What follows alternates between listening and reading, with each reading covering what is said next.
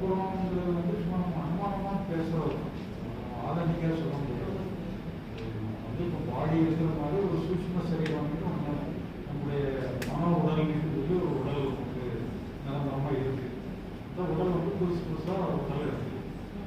நம்ம அடுத்த இன்னொரு வேலைன்னு சொல்லலாம், அதுக்கு மாறி மாறி போயிட்டே இருக்கும். பிறவி இல்லாமல் இருக்கணுங்கிற போலியான கற்பனையெல்லாம் இல்லாமல் இருக்கனால இருந்திருக்கணும். நீங்கள் பிறக்காமலே இருக்கிறதுனால அந்த சூட்சும சரீரமாகவே இருந்திருக்கும்.